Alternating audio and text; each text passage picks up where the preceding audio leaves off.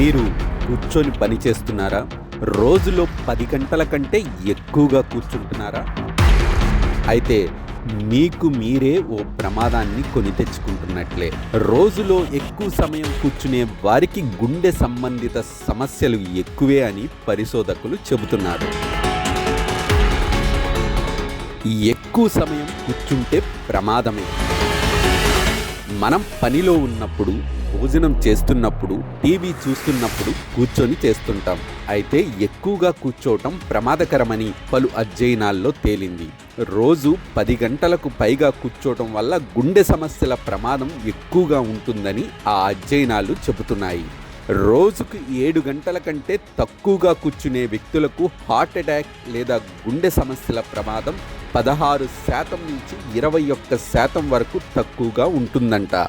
రోజులో ఎంత తక్కువ సమయం కూర్చుంటే అంత మంచిదని అధ్యయనాలు చెబుతున్నాయి. శరీర కదలికలు చాలా ముఖ్యం.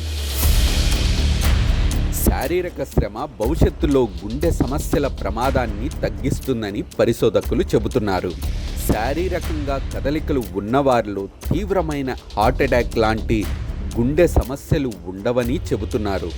వారానికి 1 నుంచి 149 నిమిషాలు శారీరక కదలికలు ఉన్నవారిలో, ఏమీ చెయ్యని వారిలో పోలిస్తే 21% ప్రాణాంతకమైన గుండె సమస్యలు తక్కువగా ఉన్నాయంట. అదే వారానికి 150 నిమిషాల కంటే ఎక్కువగా శారీరక శ్రమ అంటే మితమైన వ్యాయామం చేసేవారిలో ఈ ప్రమాదం మరింత తక్కువగా ఉంటుందంట. గుండెను పదిలంగా ఉంచుకోవాలంటే రోజుకి కనీసం 10 నుంచి 15 నిమిషాలు నడవాలి.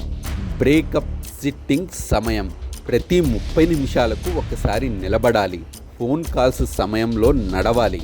నడిచేందుకు మెట్లు ఉపయోగించాలి. భోజనం తర్వాత నడవాలి.